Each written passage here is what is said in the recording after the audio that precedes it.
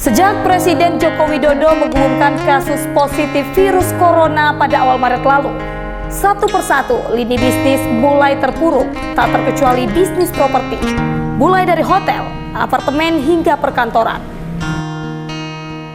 Lantas, bagaimana kondisi serta nasib bisnis properti di tengah gempuran corona? Bersama saya Anita Sari, mari ikuti perbincangan saya bersama Ketua DPD Real Estate Indonesia Provinsi Jambi, Bapak Ramon Fauzan, di Bisnis and Property Jack TV selengkapnya.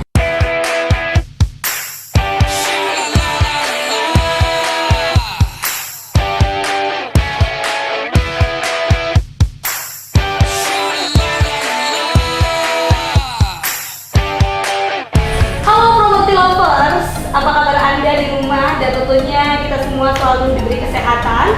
Dan kali ini edisi spesial banget, aku berada di kantor Rei Jambi. Dan di samping aku sudah ada Bapak Ketua DPD Rei Jambi, Bapak Ramon Fauzan ya Pak? Ya, selamat sore. Kali ini aku bakal membahas tentang Rei yang ada di Jambi apa aja. Buat pemirsa yang penasaran, boleh dijelaskan sedikit Pak, Rei Jambi itu apa sih sebenarnya? Terima kasih Mbak Anita ya. Iya Pak. Sedikit kita cerita tentang Rei Jambi ya sore hari ini. Rei Jambi itu merupakan asosiasi perumahan yang ada di Indonesia, di mana sebagai wadah tempat berkumpulnya para developer, pengembang ya, di industri properti. Jadi asosiasi di Indonesia itu ada 18. Tapi yang tertua dan terbesar itu Real Estate Indonesia. Oke, yang kebetulan tertua di Indonesia itu Rei ya Pak ya? Rei. Oke, saya juga ketahui katanya Bapak sebagai ketua DPD Rei itu dari 2017 sampai 2020. Iya, betul lah Pak? Siap, benar. Nah, Oke, membahas tentang dari 2017 sampai dengan 2020. Kenapa sih Bapak berpikir untuk maju sebagai ketua Rei Jambi khususnya? Ceritanya tentu panjang ya. Saya jadi anggota Rei itu dari 2007. Oke, 2007. Jadi saya sebagai anggota Rei di 2007. Di 2017 saya sebagai pengurus Rei, kebetulan saya sebagai sekretaris. Jadi apa motivasi saya sebagai ketua? Mungkin lebih banyaknya ke tanggung jawab saya sebagai anggota. Jadi saya sebagai anggota Rei aktif tentu juga mempunyai tanggung jawab untuk menjalankan roda organisasi. Mungkin itu yang paling besar. Yang kedua tentu motivasinya bagaimana saya bisa berperan aktif dalam memajukan industri properti di Provinsi Jambi. Harapannya supaya industri properti ini memberikan sumbangsih positif untuk pertumbuhan perekonomian yang ada di Jambi. Tentu harapannya ini bisa bermanfaat bagi banyak orang. Oke, jadi Bapak Ramon ini bertahap dari anggota aktif, kemudian sekretaris, baru menjadi ketua DPD Rei langsung ya Pak ya? Iya. Oke, dan untuk fungsi Rei sendiri itu seperti apa sih Pak? Pertama, Rei itu kan seperti yang sudah saya sebutkan tadi, sebagai wadah tempat berkumpulnya anggota seprovinsi, di mana ketika berkumpul tentu ada silaturahim antar anggota. Yang kedua, Rei itu berfungsi sebagai koordinatif. Nah, dengan stakeholder, baik itu dengan pemerintah, dengan perbankan, dengan pertanahan, dan lainnya. Umpamanya pemerintah mau sosialisasi masalah perizinan, dia cukup berkoordinasi dengan asosiasi kita yang akan nanti menyampaikan informasi itu ke anggota. Begitu juga dengan perbankan. Jadi kalau mengundang, dia cukup mengundang asosiasi, nanti kita sampaikan kepada anggota untuk bisa menghadiri undangan dari bank tersebut. Oke, terus ada lagi fungsinya. Fungsi lainnya ketika kita berkumpul tentu biasanya ada fungsi sosial juga. Jadi dalam lingkungan Rei kita juga kerap melakukan kegiatan sosial. Jadi tentu kita sebagai organisasi juga mempunyai tanggung jawab sosial. Oh, ada kegiatan sosial juga, Pak? Iya. Contohnya apa tuh, Pak? Mungkin kita lagi aksi sosial ke panti asuhan, rumah yatim, bikin pasar murah. Jadi hal-hal itu yang kita lakukan. Oke, jadi Ray itu bukan hanya bergerak di bidang properti, tapi juga mempunyai sosialisasi kayak seperti ke panti asuhan juga ya, Pak ya? Itu kegiatan sosial. Oh, kegiatan sosial. Kegiatan sosial dan bagian dari tanggung jawab sosial dari organisasi kami. Oke, baik. Oke, untuk Ray di Provinsi Jambi sendiri, Pak, ada berapa anggota sekarang? Anggota Ray di Provinsi Jambi, bahwa kita ini merupakan pengurus provinsi, jadi dari pusat itu cuma ada pengurus di provinsi, jadi anggota kita lebih kurang sekitar 160. 160 orang? Anggota? Ya, Oke. yang tersebar di seluruh kabupaten kota di Provinsi Jambi. 160 orang itu udah dari 11 kabupaten kota yang ada di Provinsi Jambi, Ya. Pak? Oke. Kalau untuk di kota Jambi sendiri, merupakan pusat kota itu berapa anggota? Kebetulan kami nggak mendata anggota per daerah, kita cuma mendatanya per provinsi. Karena bisa jadi satu perusahaan itu bisa ada yang di kota, ada yang di Muaro Jambi, ada yang di Bungo, bisa seperti itu. Oke, kalau boleh tahu nih Pak, selama Bapak menjabat sebagai ketua itu kalau nggak salah udah 3 tahun ya Pak ya? 3 tahun. 3 tahun. Apa aja sih kegiatan-kegiatan yang udah dilakukan dari Ray Jambi sendiri Pak? Kegiatan-kegiatan yang kita lakukan diantaranya setidaknya dalam mengakrabkan, dalam menjalin silaturahim antar anggota, kami melakukan gathering ya. Gathering dengan anggota sama anggota Ray. Ada yang bersifat internal, cuma anggota Ray aja yang datang. Kadang-kadang kita juga undang pihak lain, mungkin perbankan atau stakeholder yang lain. Jadi setidaknya itu bisa jadi 3-4 kali setahun itu. Oh, setahun 3-4 kali kegiatan itu Pak? Ya. Terus yang kedua, kita sebagai organisasi juga mempunyai tanggung jawab untuk meningkatkan standar dari anggota Ray. Jadi kita ada namanya workshop. Nah, jadi kita juga mengedukasi anggota kita supaya bisa menghasilkan produk-produk yang bagus, bisa menjalankan bisnis sesuai dengan aturan yang ada.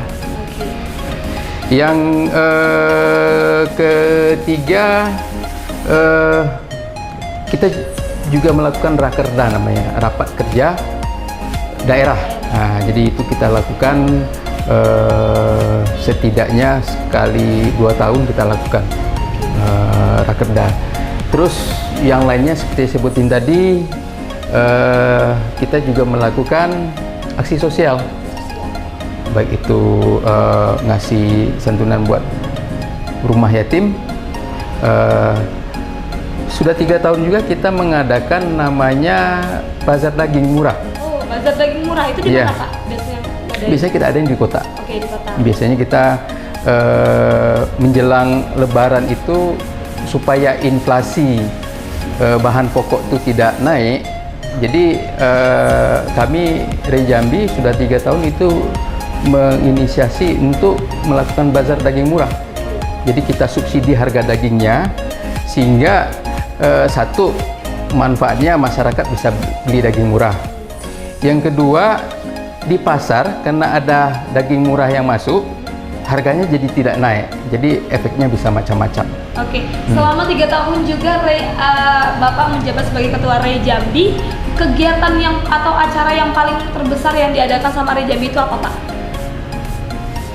Rakerda biasanya. Oh, rakerda. Ya, rakerda. Jadi, rakerda itu kegiatan yang terbesar yang diadakan sama Ray Jambi.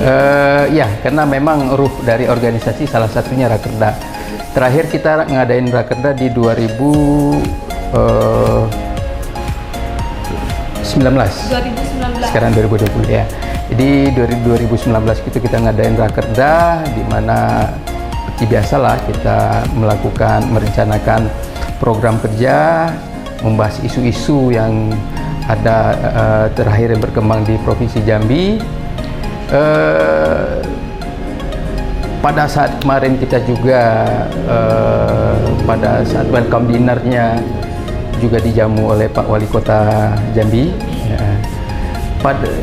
kebetulan Rakerda itu saya gabungkan dengan gathering. Oke. Nah, jadi pada gatheringnya kita melakukan gathering di Candi Moro Jambi. Candi Moro Jambi. Jadi kita ngadain gathering di Candi Moro Jambi. Itu acaranya spesial. Jadi judulnya Makan Siang dengan Ibu Bupati. Oke, Bupati Moro Jambi, Pak. Ya, jadi kita kemarin makan siang dengan cara tradisional di Candi Moro Jambi. Oke, itu bersama Ibu Bupati Moro Jambi juga Ya, ya. ya. Oke, untuk pertanyaannya nih Pak, kan di tahun ini lagi mewabahnya pandemi virus corona nih. Pasti ekonomi setiap pengusaha ataupun yang lainnya juga terhantam sama virus corona. Nah, mungkin tanggapan dari Bapak sendiri untuk wabah virus corona ini seperti apa? Tapi jangan dijawab dulu, karena kita akan break tetap di Business and Property JEK TV Jambi. Sukses luar biasa.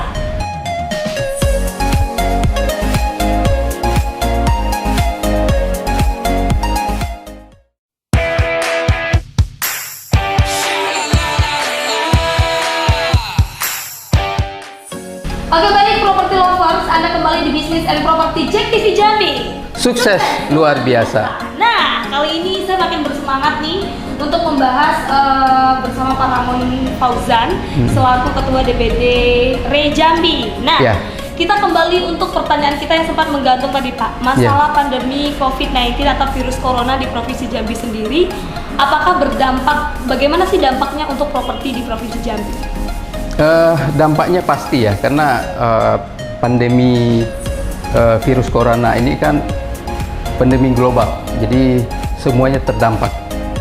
Dan dalam hal ini Indonesia juga perekonomiannya mau nggak mau kan secara makro pasti terpengaruh. Khusus di Jambi, ekonomi Jambi ditopang oleh komoditi. Dengan adanya pandemi corona pasti ya akan berpengaruh. Apalagi setelah ada seruan buat social distancing ya. Iya, betul. Sehingga semua orang dibatasi geraknya, semua barang dibatasi alurnya, sehingga mau tidak mau pasti ini akan berefek pada daya beli masyarakat ya, dan kita sebagai pengembang pun juga terbatas juga pergerakannya dalam berkegiatan. Oke, jadi untuk di dunia properti ataupun usaha itu mulai dari bulan atau tahun berapa sih Pak langsung menurun drastis untuk pendapatan? Kalau untuk sisi propertinya, kalau dari pandeminya sendiri itu terasanya sejak dari Februari itu sudah terasa. Februari 2020. Ya, karena sejak Amerika lagi sama Cina perang dagang, setelah itu di akhir tahun Cina ada wabah corona, India juga lagi rusuh, artinya kan komoditi yang ada di Indonesia tidak bisa diekspor, sehingga sedikit banyaknya berpengaruh terhadap harga komoditi yang ada di Provinsi Jambi. Tentunya daya beli masyarakat menurun, dan tentu kami sebagai pelaku ekonomi merasakan langsung dampaknya. Oke, untuk pelaku ekonomi itu dirasakan langsung dampaknya mulai dari bulan 2 Februari ya Pak ya? Kalau efek pandeminya sendiri, efek pandeminya itu bulan pandemi nasional baru terasa sekali lah. Oke, apalagi sempat kemarin kan digadang-gadangkan untuk properti di 2020 akan naik drastis nih. Nah, tiba-tiba datang kita nggak tahu juga ada virus corona, tiba-tiba langsung turun drastis atau gimana sih Pak? Ya, seperti yang kita tahu bahwa 2019 itu kan tahun politik. Ya, tentu secara ekonomi pelaku usaha akan berjaga-jaga, karena biasanya itu turun ya. Biasanya investor bersifat wait and see, dan memang harapan kita di 2020, tapi kayaknya situasinya belum berpihak ya, karena di 2020 ini ada ada serangan dari pandemi virus corona di dunia ya, termasuk di Indonesia. Oke, untuk properti sendiri di tahun 2020 atau jual beli rumah lah, rumah kan merupakan kebutuhan pokok kita ya Pak ya. Jadi untuk adanya virus corona ini ataukah gimana untuk perumahan tetap lanjut atau ada dibatasi gitu? Jadi pemerintah sendiri, Presiden telah melakukan berbagai upaya dalam menangani virus corona secara langsung berarti bagaimana membatasi virus ini bergerak maupun terhadap dampaknya, dampak ekonominya. Jadi tentu yang akan berpengaruh langsung kepada masyarakat berpenghasilan rendah. Jadi ketika daya beli masyarakat turun, tentu ini bagaimana nih caranya supaya masyarakat masih tetap bisa punya rumah. Jadi karena rumah itu bagian dari kebutuhan pokok, ya, sandang, pangan, papan. Jadi alhamdulillah dalam relaksasi atau dalam anggaran pandemi sebanyak 400 triliun kemarin, itu salah satunya ada anggaran buat subsidi perumahan untuk masyarakat, sehingga harapan masyarakat untuk membeli rumah itu masih tetap ada di 2020 ini. Saya rasa ini suatu yang positif di industri properti, khususnya di pengembang-pengembang pelaku rumah subsidi. Oke. Jadi untuk pengembang dan pelaku rumah subsidi juga tetap berlanjut ya Pak ya. Dari pemerintah juga ada upayanya bagaimana caranya untuk masyarakat yang ekonominya rendah tetap bisa punya rumah gitu ya Pak ya. Ya. Oke. Untuk sama-sama kita ketahui Pak, banyak perusahaan mungkin mal-mal juga yang mengurangi karyawan, bahkan memecat seluruh karyawan untuk karena adanya pandemi virus corona. Nah, untuk properti sendiri kan buat rumah kan ada tukangnya, ada apa tuh gimana Pak? Ya, jadi pada saat ini salah satu yang bisa dilakukan dunia usaha dengan cara bertahan. Macam-macam cara bertahannya. Dari mengurangi tenaga kerja, dengan mengefisiensikan alur pekerjaan, karena memang sekarang kan belum terukur nih. Kira-kira pandemi ini bisa berlangsung berapa lama? Apakah sebulan, 2 bulan, 3 bulan? Jadi ini membuat semua bingung, termasuk kita sebagai pelaku usaha. Jadi untuk khusus di dunia properti, seperti yang saya bayangkan tadi bahwa masih ada harapan, subsidi rumah ini masih ada, sehingga disinilah kita sebagai pengembang diuji nih, bisa nggak kita bertahan, bisa nggak kita mencari ceruk pasar. Oke, sepertinya perbincangan saya bersama Pak Ramon Fauzan ini luar biasa sekali Pak ya, menanggapi pandemi virus corona di Provinsi Jambi. Dan buat pemirsa JEK TV jangan kemana-mana, tetap di Bisnis and Property JEK TV Jambi. Sukses luar biasa.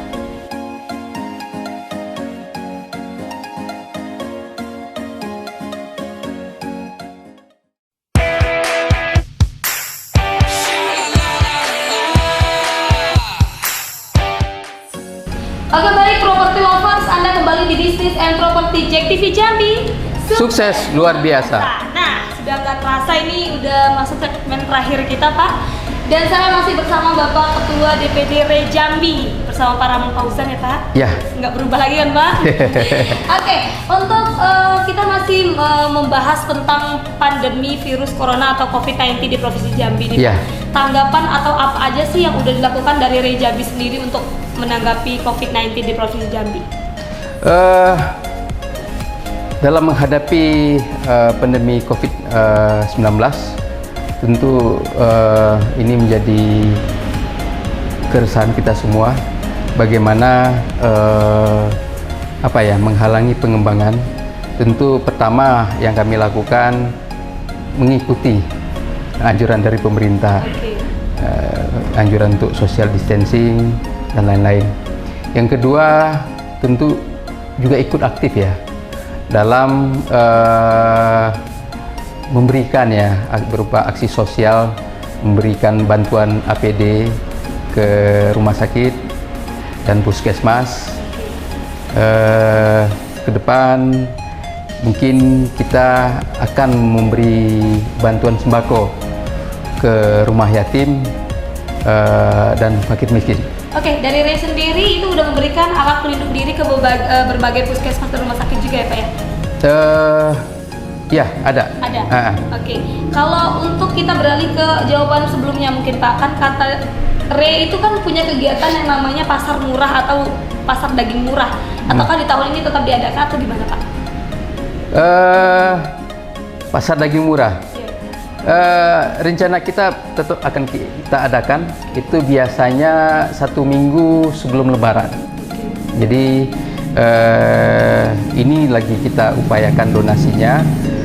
Kita berharap semoga usahanya dilancarkan dan kegiatan ini bisa kita laksanakan lagi. Oke, mudah-mudahan bisa terlaksana ya Pak ya, dan pandemi virus corona juga cepat hilang di Provinsi Jambi ya. Oke, untuk perusahaan yang bergerak di bidang pengembangan nih Pak, apakah menanggapi virus ini lesu atau gimana Pak? Dalam situasi virus corona ini pasti semuanya menjadi lesu. Karena yang seharusnya kami ada pameran nih kemarin di bulan 3. Pameran di mana? Pameran properti, tapi nggak jadi. Oh, okay. Karena memang situasinya lagi nggak memungkinkan. Itu satu. Yang kedua, sekarang kami bagaimana berupaya saling menguatkan diri. Artinya bahwa saya sebagai pengurus aktif mencari informasi-informasi terkini. Bagaimana caranya anggaran dari pusat itu bisa mengalir ke sini sehingga masyarakat Jambi bisa mendapatkan rumah subsidi. Yang kedua, kita tetap berusaha bagaimana mencari celah. Jadi saya sudah sampaikan kepada anggota bahwa tidak usah khawatir bahwa anggaran rumah subsidi untuk masyarakat berpenghasilan rendah itu masih tetap ada, dan ini bagian dari anggaran pandemi, sehingga kawan-kawan diharapkan masih tetap melakukan aktivitas walaupun dengan standar SOP pandemi ya, pakai masker kalau keluar rumah, sedapat mungkin mengurangi kegiatan mengumpulkan orang. Di proyek tetap ada kegiatan karena ini manfaatnya banyak. Jadi saya sedikit cerita bahwa industri properti itu setidaknya mempunyai multiplier effect. Ada sekitar 174 industri ikutan. Jadi kalau kita stop sama sekali, itu banyak sekali yang sengsara itu. Yang paling gampangnya kalau kita lihat, kalau kita lagi bangun rumah, itu banyak tukang-tukang kita yang kerjanya harian. Kalau kita nggak bangun, berarti dia nggak ada kerjaan. Kalau dia nggak kerja, mereka nggak makan. Artinya tentu akan memperburuk keadaan masyarakat kita ya. Jadi kami sebagai pelaku usaha berusaha nih sekuat tenaga bagaimana tetap membangun, tetap mencoba berjualan sehingga semuanya bisa bertahan, sehingga semuanya bisa melewati krisis ini dengan baik. Oke, jadi sampai sekarang untuk pembangunan masih tetap kita lanjutkan atau di stop Pak?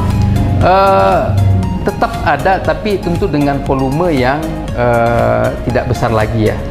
Mungkin tadinya kita mungkin bangun rumahnya 10 unit sebulan, saat ini mungkin sekitar 4 unit atau 5 unit itulah. Oke, dari awal pandemi virus corona masuk ke Indonesia sampai dengan sekarang, apakah untuk peminat properti atau rumah itu masih tetap stabil atau menurun Pak? Gimana itu? Jawabannya menurun tajam. menurun tajam. Tapi dari yang saya alami dan saya amati kawan-kawan yang ada, saya rasa mungkin sekitar 30% sampai 40%-nya masih ada. Oke. Jadi masih tetap ada tapi tetap menurun tajam ya? Iya, tetap dari 2019 2020 tuh ada penurunan. Oke. Ini segmen terakhir dan pertanyaan terakhir saya, harapan Bapak nih sebagai Ketua DPD RI Jambi menanggapi hal ini seperti apa? Harapan saya semoga krisis ini segera berakhir. Kita berharap semua masyarakat Jambi tetap sehat sehingga kita bisa beraktivitas seperti semula. Tentu kami selaku pelaku usaha berusaha sedapat mungkin tetap bertahan sehingga mungkin orang-orang yang di belakang kami juga masih tetap mendapatkan nafkah di lingkup industri properti ini. Kepada kawan-kawan, semoga tetap semangat dalam membangun. Sebenarnya ada peluang satu untuk si konsumen. Si pengembang sekarang lagi berusaha untuk mempertahankan cash flow-nya. Diskonnya pun dikasih banyak-banyak, sehingga bagi konsumen relatif lebih banyak keuntungan sebenarnya membeli properti di saat krisis. Jadi kalau saya bilang bahwa krisis itu nggak ada peluang, saya bilang satu sisi ada peluang. Jadi mudah-mudahan masyarakat Jambi bisa memanfaatkan krisis ini dengan baik, karena pasti harga properti banyak diskonnya. Oke, baik. Jadi buat pemirsa JTV dimanapun Anda berada, jangan takut karena ada pandemi virus corona ya Pak ya. Yeah. Karena disitulah peluang kita untuk bisa mendapatkan diskon yang banyak ya Pak. Dari pengembang. Oke, terima kasih Pak Ramon Fauzan yang siap. Sudah berbincang bersama saya, dan juga untuk pemirsa JEK TV, Anda harus tetap di rumah. Di rumah bukanlah di karantina, di rumah bukanlah di penjara, tapi melainkan memberikan waktu banyak bersama keluarga. Dan tetap saksikan sajian-sajian dari JEK TV. Jangan lupa saksikan terus Bisnis and Property JEK TV Jambi. Dan akhir kata saya Anita Sari bersama Pak Ramon Fauzan undur diri. Wassalamualaikum warahmatullahi wabarakatuh. JEK TV, inspirasi kita.